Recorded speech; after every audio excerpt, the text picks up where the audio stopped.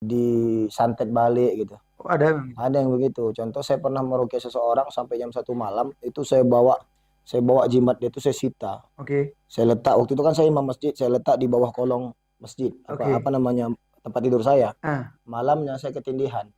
ah, Ketindihan, habis itu terbangun tersentak gitu kan, ah. kayak jatuh dari ketinggian dan sebagainya. Hmm, Besoknya jangankan jadi imam, saya sholat duduk. Dikatakan orang yang bisa melihat jin dia kena gangguan jin, dalam hmm. artian kata indigo, atau dia sering melihat jin, dan itu dia kira bahkan jadi kekebalan bagi dia, ternyata tidak, malah membuat dia ketakutan luar biasa. Di rumah takut sendirian, makan bakso bakso tuh dia lihat seperti bola mata. Hmm. Makan makan indomie gitu ya, makan mie itu dia kelihatannya seperti cacing, kuahnya Oke. seperti darah dan sebagainya. Itu wah, itu yang dia bilang sama saya. Jadi lu jangan deh Ah, coba-coba ya pakai jimat, jangan deh. Nggak bisa dibilang sih. ah. Kulitnya basah, Masa? kulitnya basah. Kalau mungkin mungkin dibilang kalau kita ini luar, dia dalamnya kulit kita. Hmm. Ini itu, Oke, ya. Dan itulah menurut gambaran saya. Saya oke, lupa dia pakai baju apa enggak apa segala oke. macam.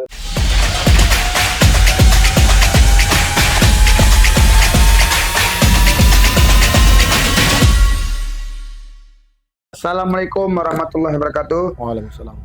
Jadi kita sekarang kedatangan seorang ustadz ya, seorang ustadz yang perukiah juga, adalah Ustadz Rizky Habibullah.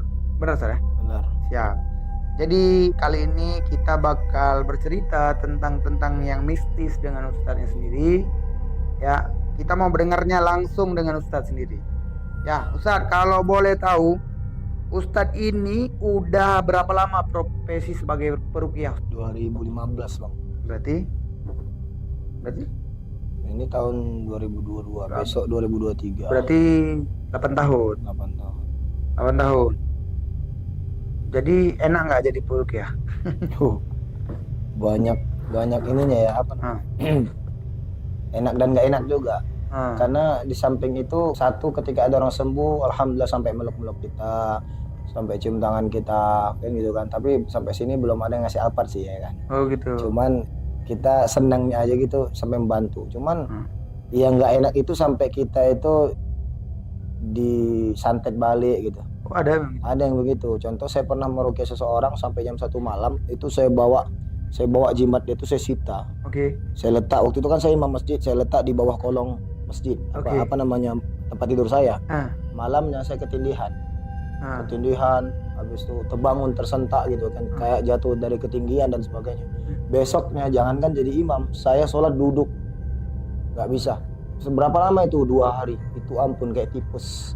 Teringat saya, ternyata ada jimat yang ada di bawah tempat tidur saya. Itu langsung saya bakar. Masya Allah, pagi saya bakar, zuhur saya udah bisa jadi imam. Kalau nggak tadi nggak bisa. Nggak bisa. Menurut saya kayaknya gara-gara ini gitu. Makanya saya lemas, nggak, wah luar biasa, nggak bisa dibilang. Berarti benar-benar jimat itu berfungsi.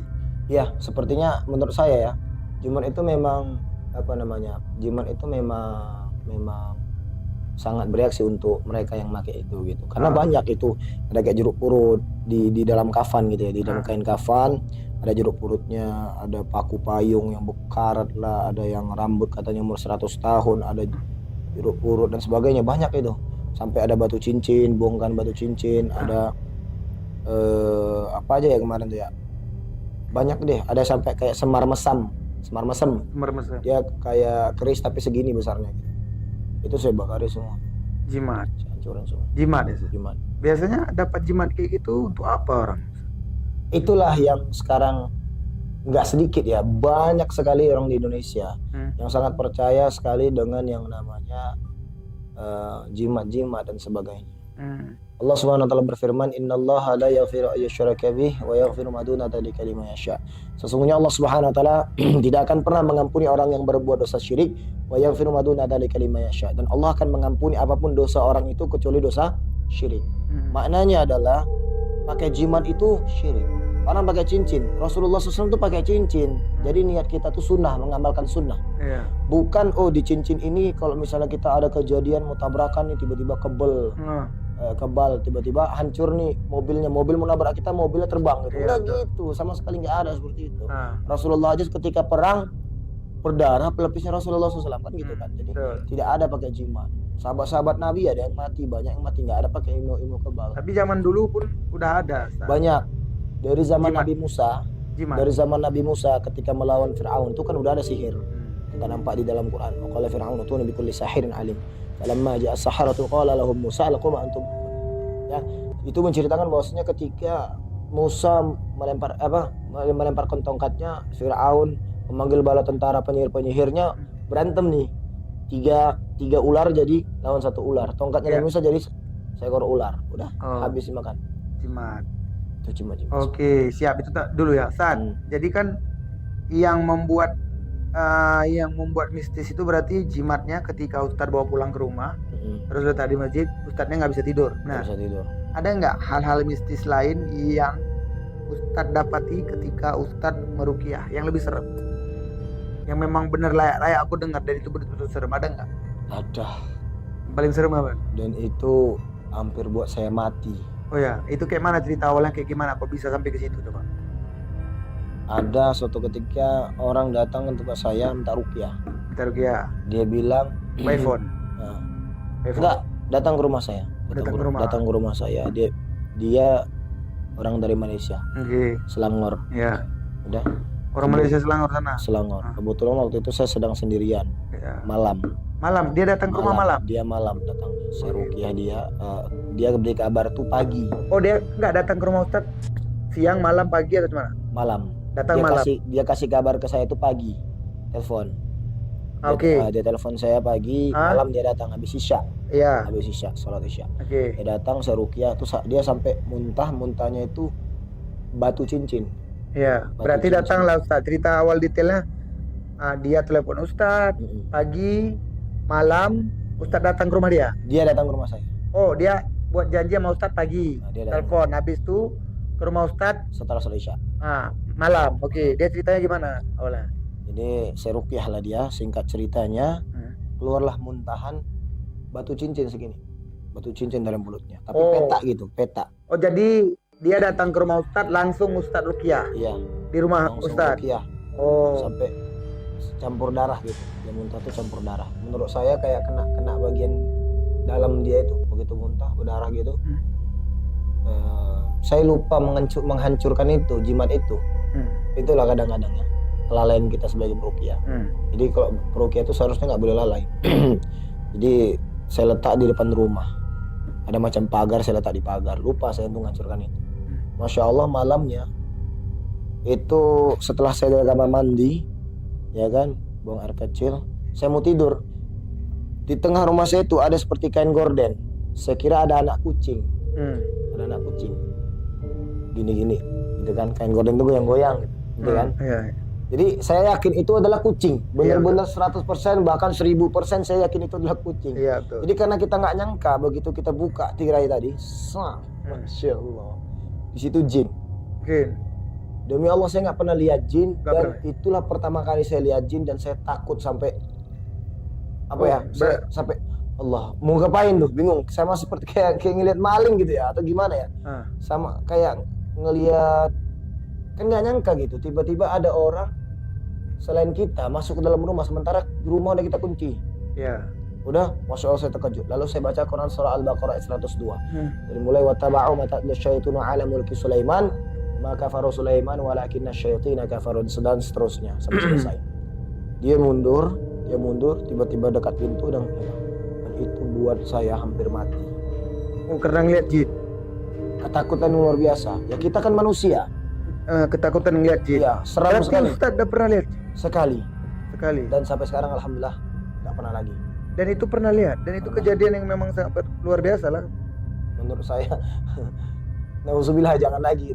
Soalnya kan itu keringat dingin. Orang yang bisa ngelihat jin adalah jin. Enggak, orang yang bisa melihat jin, dia terkena gangguan jin. Di dalam kitab Hikayatul Insan Minal Jin Wasyaitan, karangan Syekh Wahid Abdul Salam Bali, dikatakan orang yang bisa melihat jin, dia kena gangguan jin. Dalam artian kata indigo, atau dia sering melihat jin. Suatu ketika Sayyidina Ali bin Abi Thalib juga pernah melihat jin. Pernah. Tapi sekilas seperti saya. Oh, jadi Apa, waktu Ustaz, langsung dikejar sama Sayyidina Ali. ah, Itu setelah Sayyidina Ali dia Oh, ngejar. Kalau ngejar. kita kan diam, iya takut. ketakutan gitu ya. Oke. Jadi manusiawi kita kan, gak usah kan jin ya. Tiba-tiba namanya rumah kita dikunci gitu kan. Tiba-tiba ada manusia nih misalnya. Ini Iya. manusia, nggak usah Iya. orang lain. Manusia tiba-tiba di depan rumah kita kepergok gitu, kepergok. Wah, Terkejut. terkejut dong. Betul. Bener nggak? Abang lah terkejut Iya, nggak? betul ya. Maling lah bilang, terkejut Iya, kan? betul. Ini setan gitu, Betul. setan. Tapi setan itu nggak ada berupa kayak kuntilanak, pocong dan sebagainya. Iya. Tidak seperti, dan saya tidak bisa gambarkan itu Oke. karena itu luar biasa seram. Dan saya malam itu asli bener-bener ketakutan luar biasa. Saya langsung keluar dari samping rumah saya ambil daun bidara, saya ruqyah dengan air, langsung saya percikan, dan alhamdulillah saya tenang tidur. Dan itu Boleh Ustaz ceritakan cemana lah sosok jin yang Ustaz lihat? nggak bisa, karena gimana? Nggak bisa dibilang sih. Ah, Kulitnya basah, Ustaz. kulitnya basah. Kalau mungkin dibilang kalau kita ini luar, dia dalamnya kulit kita. Ini itu. Oke. Ya.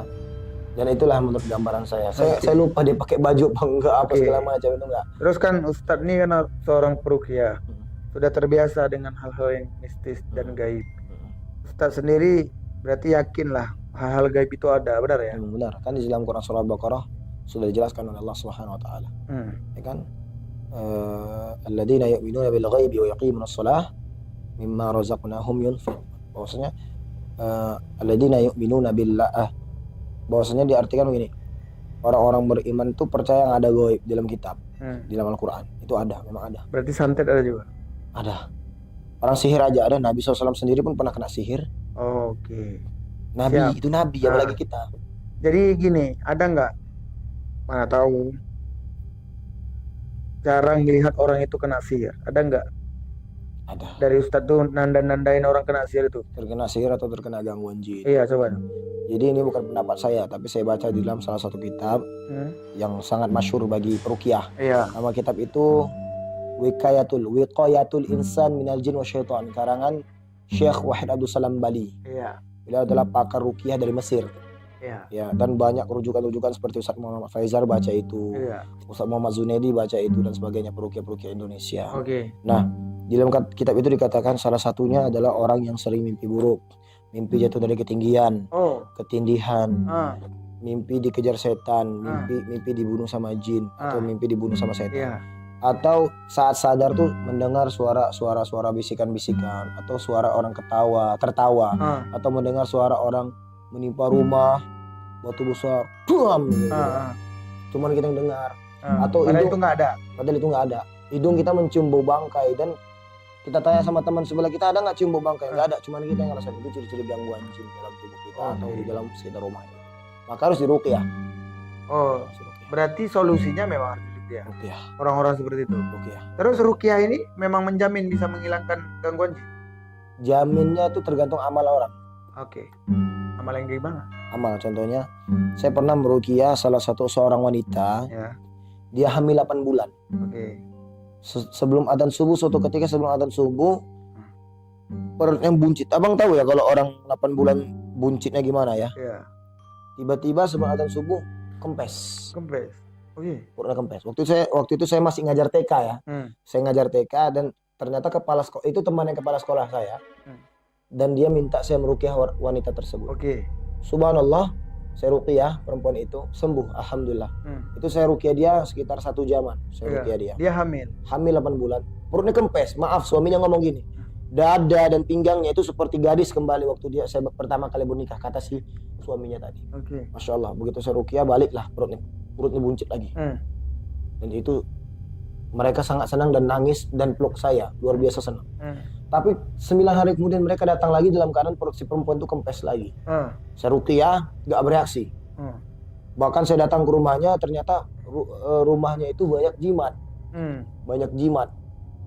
Bapaknya rupanya ustadz, tapi ustadz nyimpen jimat banyak. Oh, Ini kita harus pahami ustadz ini seperti apa ya. Oke.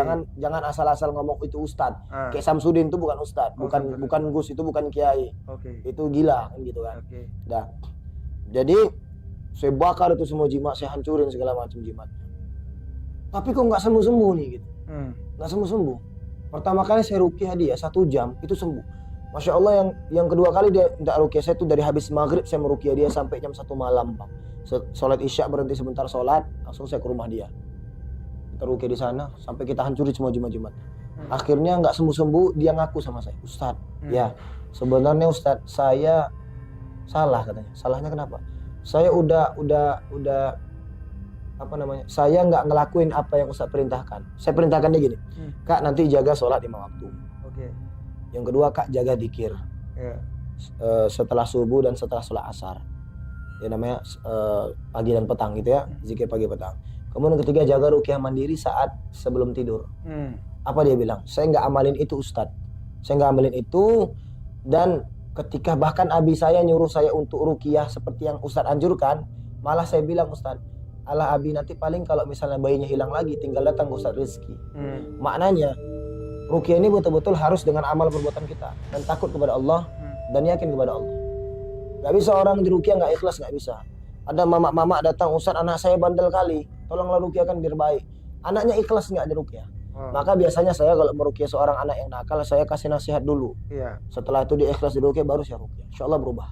Nggak bisa langsung nih orang bandel kita ambil air putih, tuh minum air putih yang kita ruqyah dia baik, nggak bisa gitu. Nggak bisa gitu. Tergantung orangnya. Tergantung. Sebenarnya menurut Ustadz sendiri itu arti ruqyah itu sendiri apa? Bukan menurut saya ya. Jadi ustadz ulama itu nggak boleh berpedoman dengan pendapat dia. Oke. Ya, beda mungkin dengan apa yang dia alami kan gitu kan. Nah, menurut di dalam kitab Wiqiyatul Insani wa Jannu Syaitan, ruqyah itu bahasa Arab yang artinya pengobatan. Oke. Pengobatan. Allah Subhanahu wa taala berfirman, "Wa nunazzilu minal Qur'ani ma huwa syifaa wa rahmatul lil mu'minin." Yang artinya begini, dan telah kami turunkan Al-Qur'an sebagai syifa, kesembuhan. Wa rahmatul lil mu'minin, dan rahmat atas orang-orang yang beriman. Maknanya ruqyah itu adalah perintah Allah Subhanahu wa taala. Ruqyahnya malaikat Jibril. Malaikat Jibril yang meruqyahnya. Kenapa? Rasulullah pernah kena sihir dari kalangan bangsa Yahudi. Oke. Berarti bangsa Yahudi lah yang ngirim jin. Ya. Nah, ruqyah itu terbagi jadi dua. Ada namanya ruqyah syar'iyyah, ada ruqyah syirkiyah. Ruqyah syar'iyyah bersih tanpa ada jimat. Oke. Itu ya kita maknai besar ya. Ya. Ruqyah syirkiyah pakai jimat, pakai bacaan-bacaan yang aneh, contoh yang dia nyambung ke Jawa-Jawa atau nyambung ke bahasa Indonesia, atau contoh saya pernah dapat pasien orang OKP, rasa saya sebut ya. Dia bilang saya punya ilmu kebal Ustaz. Saya ngamalin surah Al-Kafirun. Iya. Kok bisa Al-Kafirun mengandung kekebalan tubuh? Saya bilang gitu sama dia. Setahu saya madu mengandung ilmu kekebalan tubuh. Kok bisa pula ayat surah Al-Kafirun mengandung kekebalan? Saya bilang gitu. Ya. Coba baca, saya bilang. Dia baca apa? Qul ya ayyuhal kafirun la a'budu ma ta'budun. Saya bilang, kenapa nggak baca bismillah? Ya Ustaz, kata Ustaz sana nggak boleh baca bismillah. Loh, satu di situ yang janggal. Kenapa baca Quran nggak boleh baca bismillah? Kecuali pendapat-pendapat imam lain tentang sholat berjamaah, ya kan? Yang kedua, yang anehnya, wala bacok, wala pisau, wala peluru kata dia. Kenapa wala antum abiduna ma'bud digantinya jadi wala pisau? Wala peluru. Saya tanya sama dia, abang baca wala pisau tuh, pisau pernah bang tes ke tangan abang? Pernah Ustaz. Kebal nggak? Enggak, bisa berdarah juga kata. Ini bekasnya ditunjuk nama dia. Berdarah. Jadi apa namanya manfaat sama abang? Enggak ada Ustaz. Bahkan setelah saya ngamalin itu, saya puasa 40 hari tanpa makan lauk, ya air putih dan nasi putih doang. Puasa muteh namanya. Itu tidak ada dalilnya dan tidak boleh kita lakukan. Ya, lalu dia melakukan motong ayam jantan hitam atau ayam cemani. Dia bilang dia letakkan darah itu di rambut dia sampai ke seluruh tubuh. Dia letak dia berdiri seperti meditasi di tengah-tengah kuburan. Kemudian dia baca terus surah Al-Kafirun tadi yang dicampur adukan itu, dan itu dia kira bahkan jadi kekebalan bagi dia. Ternyata tidak, malah membuat dia ketakutan luar biasa. Di rumah takut sendirian, makan bakso tuh dia lihat seperti bola mata. Makan Indomie gitu ya, makan mie itu dia kelihatannya seperti cacing, kuahnya seperti darah dan sebagainya. Itu yang dia bilang sama saya. Jadi lu jangan deh coba-coba ya pakai jimat, jangan deh. Jimat. Datang ke dukun juga jangan. Oh, ke dukun juga jangan ya. Karena nggak baik. Ya? Walaupun ngaku kiai. Dukun tapi ngaku kiai. Ada begitu. Dan sekarang Gus Samsudin jadi kayak orang gila. Iya ya. Ustaz kan lama juga tinggal dekat Gak usah belakang disebutin. masjid. Dekat masjid itu kan. Belakangnya ada kuburan. Sampingnya. Ya, sampingnya ada kuburan. Nggak ada yang ganggu kamu. Enggak, alhamdulillah sejauh ini enggak ada. Sebenarnya gini bang, Ustaz, kalau Ustaz kan berbau dengan mistis kayak gini, Hmm. nggak ada hantu jumpa, nggak ada. Ada atau ada yang ganggu Ustaz? alhamdulillah nggak ada sih. Tapi gini, Nengok hantu atau diganggu sampai membuat bulunya merinding Kalau gitu. itu ada. Maksudnya seorang Ustaz tuh pernah nggak bulunya merinding gitu ya kan? Gini, setiap manusia itu bisa merasa kalau di situ ada jin atau hantu. Acaranya? Salah satunya bulu kuduk merinding. Hah? Itu semua manusia bisa merasakan. Hah? Jadi bukan harus Ustadz bisa nih ngeliat jin nih, nggak gitu. Jadi? Ini Ustadz ini sakti nih, nggak gitu bro, nggak bisa gitu. Jadi setiap manusia itu bisa merasakan, oh di sini kayaknya ada nih. Maka itu memang udah Allah kasih sama kita, kan gitu kan. Maka kita harus ruqyah. Itu lo baca a'udzu bikalimatillahi tammah min kulli 'ainil lamah, min kulli syaitani wa hammah, wa 'ainil hasidin idza hasad min syarri ma khalaq. Maksudnya itu doa-doa untuk pada saat ketakutan atau minta perlindungan daripada Allah Subhanahu wa taala. Dan itu saya rasakan bukan di kuburan, saya nggak pernah ngerasa di kuburan. Bahkan saya kuburan sendiri nggak masalah, karena menurut saya kuburan itu bukan tempat yang seram, tapi tempat kita akan kembali, itu menurut saya. Iya. Tapi menurut saya tuh kalau yang seperti itu, contoh di tempat rumah yang kira-kira ada 3 tahun, 5 tahun, 10 tahun nggak ditempati, rumah besar, atau tempat ya hutan-hutanan gitu dan sebagainya, katanya di sana ada jin dan sebagainya. Itu setiap manusia bisa ngerasain sih. Setiap manusia. Kalau rumah udah lama ditinggal. Oke. Iya. Pokoknya nggak pernah ada yang gangguan aneh, Ustaz. Ya, tadi kan saya cerita yang saya setelah meruqyah orang tiba-tiba diserang. Itulah salah satunya. Itu aja diserang. Itu aja. Siap, paling ditekan-tekan ditindih ya. Dijatuh mental kita gitu, dibikin jatuh supaya kita tuh nggak berani. Saya sempat 5 bulan berhenti jadi ruqyah. Sampai orang nelponin saya, Ustaz bisa ruqyah, nggak bisa lagi Bu, 5 bulan saya berhenti. Gara-gara itu. Oh, itu yang paling pengalaman paling seru. Bukan seru ya. Itu paling menakutkan. Kalau enggak paling berkesan. Iya. Oke, siap. Yang enggak berkesan menjadi seorang peruqyah. Yang nggak berkesan. Apa ya? Yang enggak enak lah. Ustaz jadi peruqyah ada enggak? Apa ya? Nggak ada sih. Semua enak aja. Semua ya nikmatin aja gitu. Oke, siap. Jadi Ustaz, yang terakhir aja dah sebelum kita tutup. Pesan Ustadz buat orang yang nonton, mana tahu ada yang nonton YouTube ini ya dengan Ustadz ini. Pesannya gimana supaya orang itu tidak mudah disihir orang ataupun tidak mudah diganggu oleh setan? Ajib jiddan pertanyaannya. Lakukan ruqyah mandiri. Ruqyah mandiri ini apa aja yang dibaca? Al-Fatihah, Al-Ikhlas, Falaq, An-Nas, Ayat Kursi. Lalu kau tiupkan ke tanganmu Al-Fatihah, misalnya Al-Fatihah ghairil maghdubi 'alaihim waladdallin, amin. Tiupkan ke tangan sampai An-Nas, sampai Ayat Kursi, lalu usapkan seluruh tubuh. Dan ini pernah dilakukan Nabi SAW. Untuk apa? Supaya menjaga kita dari sihir, santet, atau ada jin-jin yang jahil kah yang mau nimpa kita atau mau jadikan tidur kita tuh mimpi buruk. Dan satu, wudhu sunnah. Oh itu. Khair. Siap, mantap. Ya, jadi mantap ilmunya. Jadi makasih banyak Ustadz udah mau berbagi waktu cara ya tentang ruqyah ataupun iblis-iblis, cerita-cerita Ustadz yang ada serem pastinya. Siap Ustadz ya? Siap. Oke, terima kasih banyak udah nonton video kami. Semoga video ini bisa menambah wawasan kalian yang pastinya. Ya, terima kasih juga udah nonton video ini dari awal sampai habis. Kalau kalian punya komentar, pengen kami cerita apa lagi ataupun ada ide, ada konten apa aja yang cocok dan layak untuk kami tampilkan untuk kalian, geng, jangan lupa komen di bawah. Terus jangan lupa like and subscribe channel ini supaya kami makin semangat buat video. Aku Nodi dan ini Ustadz Rizky Habibullah. Jangan lupa follow IG Ustadznya juga. Ada IG Ada @rizky_habibullah_id RIZQE. Ya, mana tahu ada yang gangguan jin. Mau ruqyah, mau Ustadz bisa dibantu ya. Siap. Aku Nodi dan Ustadz Rizky pamit dulu dari hadapan kalian. Assalamualaikum warahmatullahi wabarakatuh. Bye.